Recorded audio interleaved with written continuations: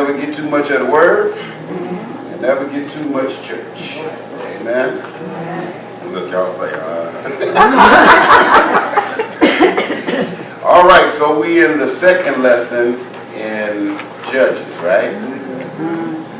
June 11, 2007, called to be strong, wrestling with doubt. So if I'm not mistaken, this looks like Judges 6, this Gideon. Yeah. And this is a very familiar, very familiar story about Gideon threshing wheat in the wine press. Now, why was he threshing wheat in the wine press? You don't make wheat in the wine press. So what did y'all learn about that in class? Did anybody learn anything about that? Yes. Trying to hide. Didn't want him to steal it. He was trying to hide. He was being resourceful. So hold on. Now, when we ended last week's lesson, they had just Deborah and Barak, right? They had just beat Sisera. They had just won the war. And they was having prosperity and things were fine. So what happened from last week to this week? Went back to their wicked ways. Wicked ways. Again, right? You seen that word last week? And the children did evil in the sight of the Lord again. So from they had 40 years of peace and prosperity. So if you look at the Israelites, their spiritual behavior is very schizophrenic. Meaning that they do good for a while. The Lord blesses them. They get what they need, and then all of a sudden they get the big head, they get arrogant, and they start intermingling with the culture. And before you know it, they end up doing evil in the sight of the Lord. Now, isn't it amazing how God always raises out the behavior of His children and not the world? His children. Because He's concerned about what we do. Right. That's why we talk about the world and everybody that's doing what they're doing in the world. Well, sinners are supposed to sin. That's what they do. The problem is not sinners sinning. The problem is when saints sin. Yes. And so when saints start to intermingle with the culture and allow the culture to dictate the church, you got a problem.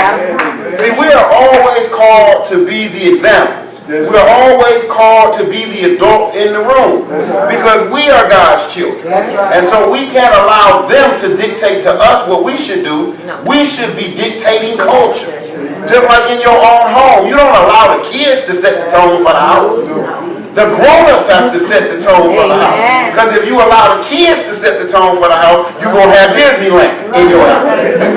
And ain't nothing wrong with Disneyland, but you can't play all the time. Right? And that's the problem we have with people is that they never grow up, and so they're still acting like children. And then when you challenge them to grow up, they look at you like you saying something wrong.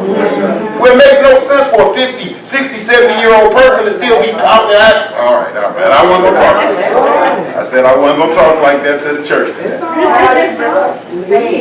Because when you see somebody doing the same thing over and over and over again, it's a cycle. Okay, grandma and granddaddy did it, not you doing it.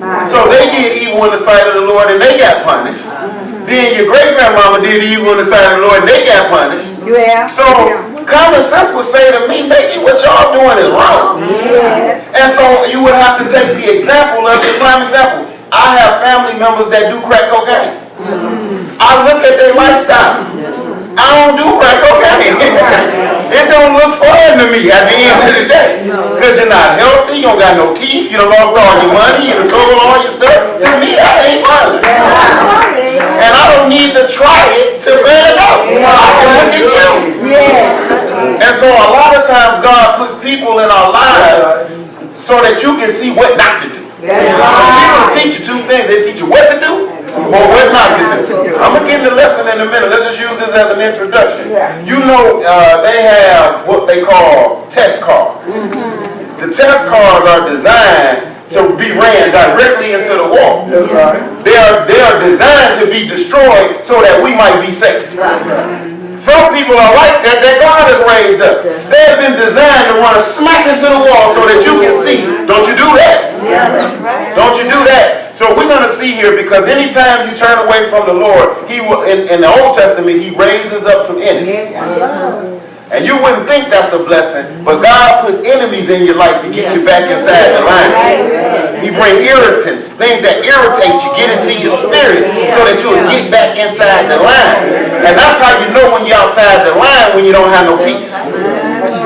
See, your peace is your gauge. If you got somebody in your life that rattles your peace, see, I value my peace above everything else. You can have everything. You mess with my joy, but don't touch my peace. Because if I don't have any peace, I can't have peace with God. And if I don't have peace with God, I can't have peace with you. And so what starts to happen, well, let's just go into the lesson. I already started preaching, man. That's what happens when you hear all week preach.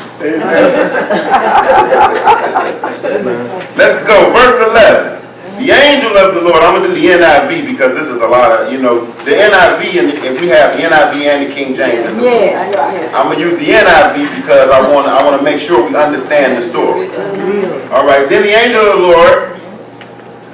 See, I'm a teacher, so when I see the angel of the Lord, I immediately know that's a theophany. And a theophany is an Old Testament appearance of Jesus Christ before his incarnation. And I know I'm telling the truth. Watch this. The angel of the Lord came and sat down under the oak in Ophrah that belonged to Joash the Abiezrite, where his son Gideon was threshing wheat in a wine press to keep it from the Midianites. When the angel of the Lord appeared to Gideon, he said, "The Lord is with you, mighty warrior," or mighty man of valor. "Pardon me, my Lord," Gideon replied, "but if the Lord is with us, why has all this happened to us? Where are all these wonders that our ancestors told us about when they said, 'Did not the Lord bring us up out of Egypt?' But now the Lord has abandoned us and has given us into the hand of the Midianites." All right, so what we got going on here is we got the oppression going on, and so you already know that he can't thresh his wheat publicly because they're being vandalized. And so because they're being vandalized, and you all know what the threshing floor was. The threshing floor was above. It was made higher up so that when they threshed the wheat, the wind would come and blow the bad wheat away, and then the heavier wheat would fall to the floor, and then that's how they did things. Well, in the wine press was made lower. It was at the bottom because you didn't want the grapes. You didn't want the juice from the grapes to run onto the floor. So you made the wine press lower and on the inside. So Gideon decides strategically, since they're stealing our stuff, I'm gonna still do what I'm supposed to do, and I'm gonna do it somewhere else. See, that's what happens a lot of times. In your life and in our life, we may not be able to do our ritualistic stuff sometimes. That doesn't mean don't do it. That's right. Sometimes you got to be more strategic when you're getting your work done. Yeah. So Gideon knows we still need this wheat, even though we're being oppressed. So what do? I got an adapt. I'll make an adaptation and I'll go underground to get my work done.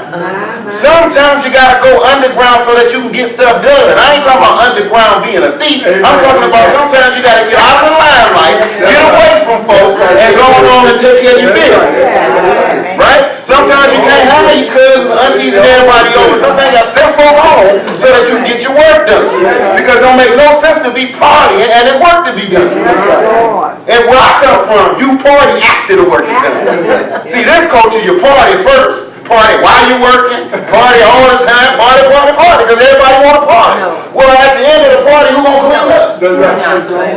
So Gideon was still doing what he was supposed to be doing. And it says the angel of the Lord came and sat down with him. See, God never calls a lazy person to do any work. Gideon was already working. He was already doing what God had called him to do. And sometimes you need to stop worrying about what everybody else is doing and just do your job. Because you're not working for the approval of man. You're working for God to come sit down next to you and say, I got something else I need you to do. So the angel of the Lord came and sat down next to him and he said, I'm getting ready to give you something. I love this. Because when you're handling God's business, he ain't going to say take a vacation. He's going to say, I got more work for you to do. Because there's plenty of work that needs to be done. Oh, Lord have mercy. So he's in Ophrah. Now watch this. We done seen Barack and Ophrah in 2 weeks. Boy, we doing good. So we see that Gideon is an Abiezrite, so they're in Ophrah, which means they're in the Jezreel Valley. And so the Midianites, we know who the Midianites are. Now remember, Moses got in trouble with the Midianites because he married a Midianite woman. Really, they got mad Moses brought that black woman. So when the angel of the Lord appeared to Gideon, he said, the Lord is with you, mighty warrior. Now this is real easy. God never calls you based on what you're doing now. He always calls you based on what you're going to be. See, because God knows the big picture, he never deals with you on what you're going on right now. He deals with where he knows you're going to be. He calls us saints, even though we're not saintly all the time. Right? He told Peter, Peter, I'm going to call you what? A rock. Peter wasn't a rock all the time. He was wish-washy. But God knew in the end this is what he was going to be. And so right now he's calling Gideon. He's saying, I know you down here with this job. You don't look like a warrior. You don't act like a warrior. You're down here hiding. But guess what? I see what's finna go on. Because if the Lord is with you, you will be mighty. See, you don't need a whole lot of stuff. You just need God to be with you. Right? You can have all the money in the world, but if God ain't with you, it ain't mean anything. But you can have a few pennies and God be with you and you can live like a king. That's the message that we try to teach folk, is that no matter what you do, stay with God. I don't care what you're going through. I don't care what you're going through. I don't care what you're doing. I don't care what you did. You make sure you stay with God, because the only way you get a chance is if God with you. Amen. Amen. So if the opposite of God being with you is you trying to do it in your own strength. See, the reason why he could call him mighty is because God was going to be with him. And when God is with you, when the presence of God is with you, you are mighty. That's why we encourage the saints. Come to church. Come to Bible school. Why? So that you can learn how mighty you are to God. And stop letting folk make you feel like you don't mean nothing or like you insignificant. You don't need the approval of people. You just need God to be with you. Lord have mercy. Some of us got money and clothes and cars that we didn't even work for. God just was with you and it came to you. Because it's favor when God is with you. Because when God is with you, it's not about you. Because if God is with you, people don't see you, they see God. Amen. Man, if I walked in here, let me find somebody famous. If I walked in here with Donald Trump, okay,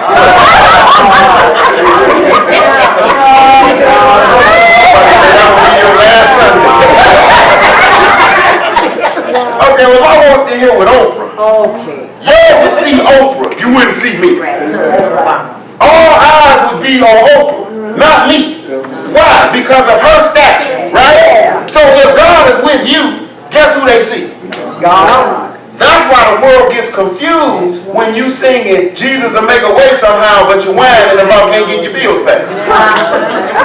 You blessed and highly favored, but you run around cussing everybody out. That don't match. Because they're like, okay, you saying God with you, but you're complaining on this singing. But when you try to do it in your own, come on, let's go a little further. Let's go, I got a little time. All right. The Lord is with you, mighty warrior.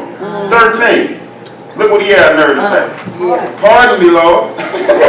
Gideon replied. Now you know this is a theophany of Jesus. That's why they took the angel part off now. All you see it. It just says Lord, my Lord. Not the angel of the Lord, my Lord. Gideon replied, but if the Lord is with us, why has all this happened to us? Listen, don't let folk tell you that is not okay to ask God questions. Amen. If you don't have any clarity, then why would you ask? It's just about the way you ask. See, he wasn't disrespectful. Look how gentleman he was. Pardon me, Lord, excuse me. Well, if you with me, because this is what you came and said, you say the Lord is with you. He said, I don't seem like. I mean, he's being honest, right? He's being transparent. You know you had them times in your life where you like, God, where you at?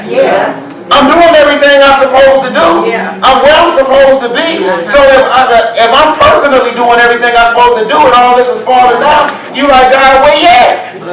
But what Gideon missed was, it wasn't God not being with them was the problem. The problem was them walking away from God. And because God is judging the nation, he's not judging the individual. He's dealing with the whole nation. And so it's the nation that's in trouble. And so Gideon didn't understand that, because you see Gideon like, I'm doing what I'm supposed to be doing. I'm at work. I've been strategic. I'm still getting this weed out. They ain't taking my stuff. So he couldn't understand. I'm trying to walk right. I'm trying to live right. So what's going on? And God has to show him it's not just about you, it's about all of y'all. And because you have your life in order, what I'm going to do is I'm going to use you to get them together. Don't fool yourself. You can be replaced. God always got somebody in the line press. Don't read your own press clippings too much, thinking that the church will fold and you decide I ain't gonna be with God no more. Right? Christianity been around a whole lot of long time. Jesus that came and went, John the Baptist that came and went. So you know you come and go to church when you go, right? If I decide to walk out of here right now, you have a pastor where you can blink. So don't get so caught up on you doing the work. You get caught up on God being able to work through you. That's where the blessing comes from. That's why you try to keep your life together so that God can work through you. Because if your life all raggedy and messed up, He can't work through you because you got to get untangled first. The simpler your life is, the better it is. Because some of us equate being busy with being spiritual. Just because you're doing a whole lot of stuff don't mean you spiritual. It just means you busy.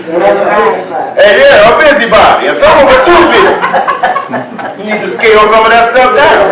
I would rather you have quality work than quantity of work.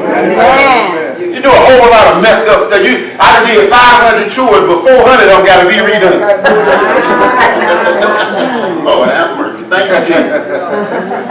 He said, so he asked the Lord. When you don't understand, all I'm saying is when you don't understand, go ask God. And ask him what's really going on because you calling me to do something, so I need to get some clarity. And then he told him, he said, well, where's all the wonders that grandma them told us about? Where, because they had 40 years of prosperity.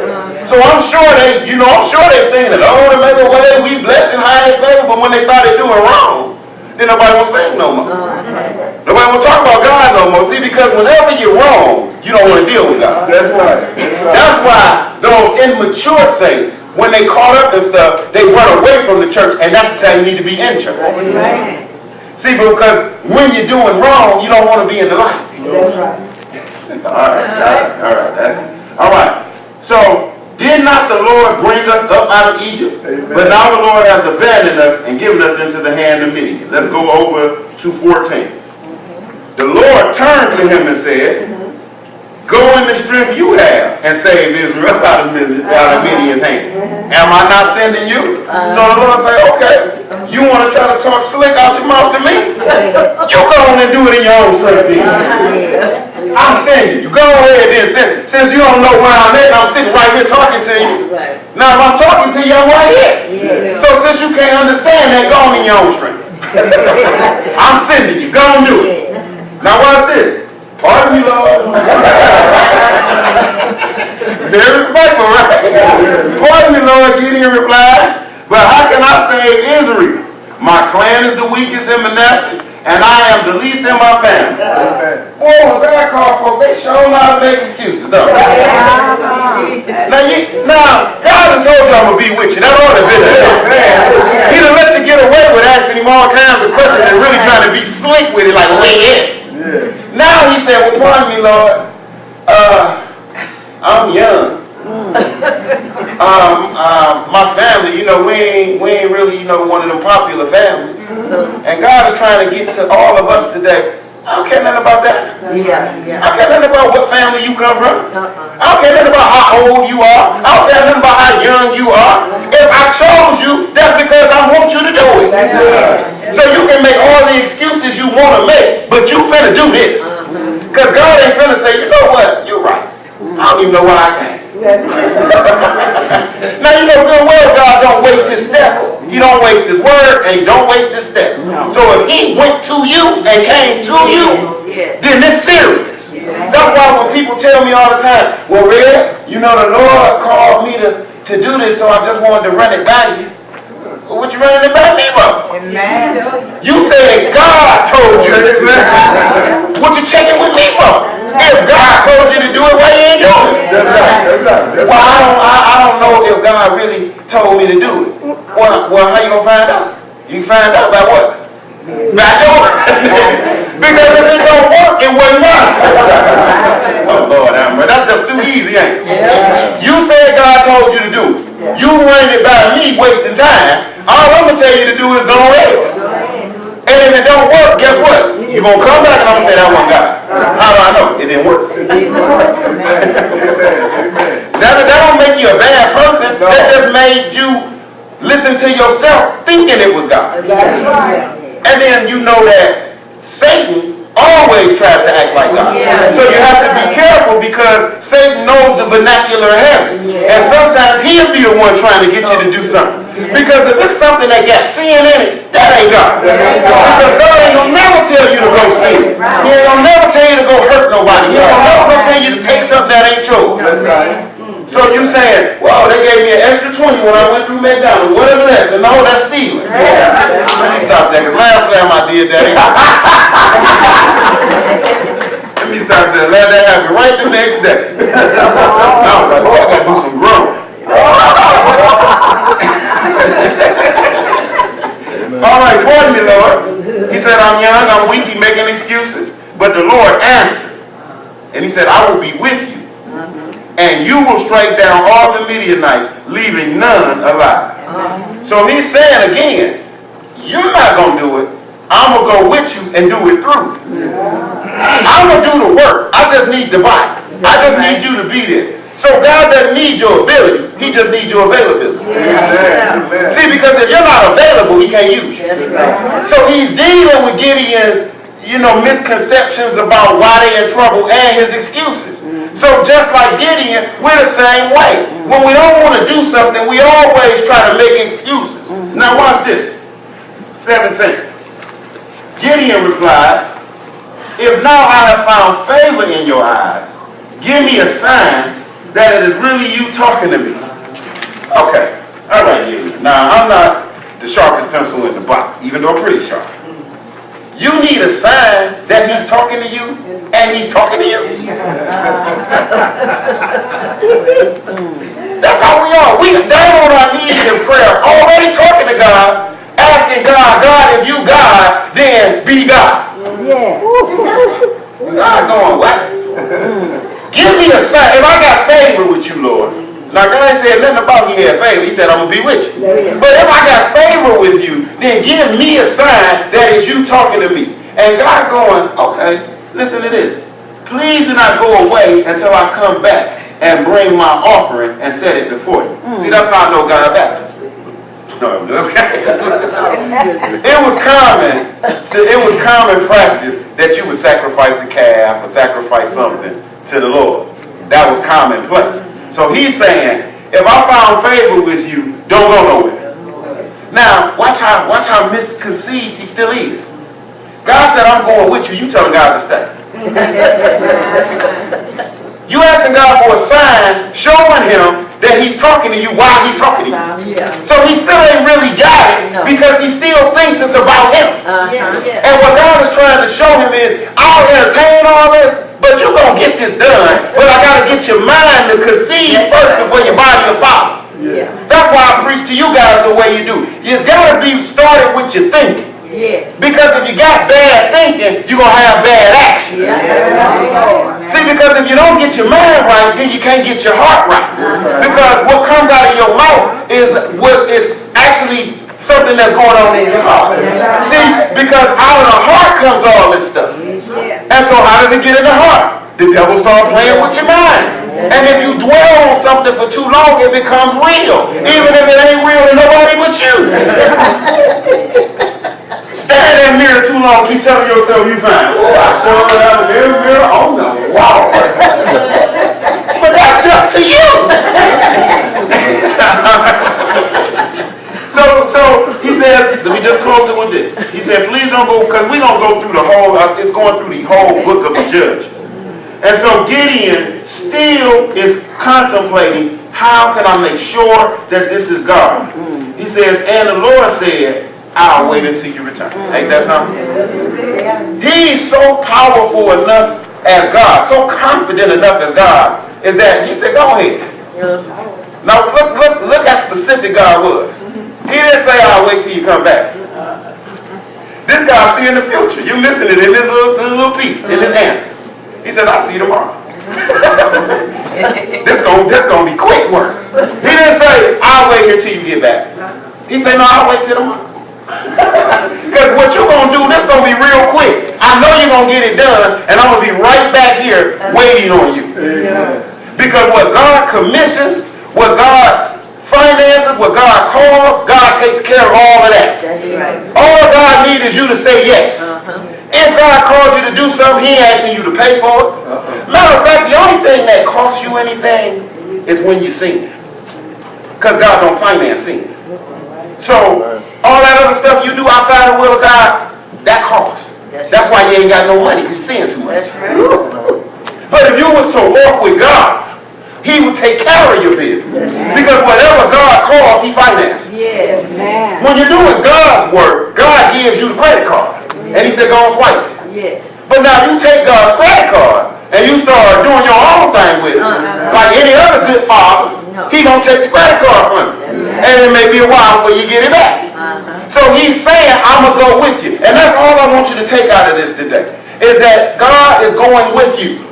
He's gonna be with you. Nothing's gonna happen to you that God has not sent or that God has not allowed. God is in control of the whole thing. We just have to be smart enough to see the big picture. Because the big picture is bigger than just me and you. This is a legacy thing that we're talking about here. Because we're sitting on the backs of soldiers. We're sitting on the backs of giants. And so if you sit a midget on the shoulders of a giant, he can see further than the giant. That's right. And so God is calling all of us, not just here at West Beulah, He's calling the whole body to see a little further. Amen. See a little further than just right now. Yes. And don't get all fearful if you don't understand everything that's going on. Just ride. Amen. That's right. And if you're riding and you're still a little confused, do what Gideon did. Pardon me, Lord. This train moving a little too fast for me. Do I need to get on or get off? And I guarantee you, just like He did with Gideon, He'll talk to you and He'll answer you. Yes. But you got to sit still long enough to hear what He got to say. I was talking to one of my friends on the phone. Now he called me, and I'm going to close with this. And he said, I got to ask you a question. Well, 20 minutes went by, and they still hadn't asked the question. So I'm thinking to myself, oh, you didn't want to ask me a question. You disguised trying to teach me in the form of a question. Because every time I attempted to answer the question, you kept saying, no, I ain't what I'm talking about. Well, I'm waiting on you to ask me the question. And God is the same way. Ask me the question, but allow me to answer it. That's right. Amen. See, it's not just about prayer. It's about prayer and meditation. Yes. Because prayer, you're telling God. Meditation says, I'm listening. Listen, that's That's why right. you can't do them old quickie, thinking Lord wake me up this morning and get on up and run out the door. You got to set some time aside to be with God, to understand what God is doing with you. So you rolling out the bed, you're 15 minutes late for work, and now you want to give God the short end of the stick. Well, that's not fair. Because God doesn't give you the short end of the stick. And I've even had situations where I've gotten up, not prayed, and started moving around doing everything. And then you know I'm always confused when I do that. I'm all over the place, and then I'll come to myself and I'll be like, you know what? I didn't even go talk to God. So even though I may be doing productive things, it may not be what God wanted me to do today. Yes. Because the question God always poses to me is, what activity can you do today that will bring the most productive to me? Right? Because we love to do the easy stuff. But God says, I need you to pick the activity that will give me the most blessing, that will give me the most glory. That's what I need you to work on every day. And then every time I go through my mind of what it is, guess what it always comes back to me? Studying the Word. Because the only thing that's going to give God glory is me living right. And the only way I'm going to live right is if I stay in that Word. Because if I get out of that Word, I'm going to be just like the Israelites, pulled back in that culture. Because that culture is powerful. It pulls you and you don't know you're being pulled. And then before you know it, you don't look like a Baptist no more. You don't look like a church first no more. Now you start looking like this. And now we don't know if you a poser or not because you look like the world, but you sound like the church. See, that's why I'm not into, dress down and do all that. No, dress the way God tells you to dress. Yes. I'm picky like that, God. What you want me to wear? Because that matters to God. I can't be no pastor running around with a Who Floyd shirt on and all that kind of stuff. Right? One thing that I know, that I learned from my father in ministry as I take my seat. You a preacher. Look like one. That's right. Folk come in the church, they ought to know who the preacher is. That's right. I roll up. Why? So I cover myself up. Because when I preach, that word ain't about me. It's about the Lord. And I don't need you looking at what I got on and all that. So I cover it up. I wear my collar and stuff. Why? So when folk come outside and they walk in the church, they need to know who's the authorities around here. I've been in some churches, you don't even know who the pastor is. When we was at that funeral, I was looking for the pastor and I still don't know who the pastor was. I'm saying all that to say this. If we say we're saints, if we say we belong to God, then there ought to be some signs. Ain't that what the other folks should say? If you say there ought to be some signs. You ought to sound like it. You ought to talk like it. There ought to be some joy in your heart. Folk ought not have to beg you to praise God. You ought to bring some praise with you. Your life shouldn't be so bad every week that you got to get ministered to every week. At some point you've been walking with God long enough to minister to folk instead of being needy all the time. So we got to learn to be like Gideon in some respects, to where we're taking care of our business and we're praying and we're trying to work it out. But on the same matter, when God comes to you and tell you to do something, you need to just get on up and do it. Amen. Do what God says and leave the consequences to God. Do it for the church as a whole.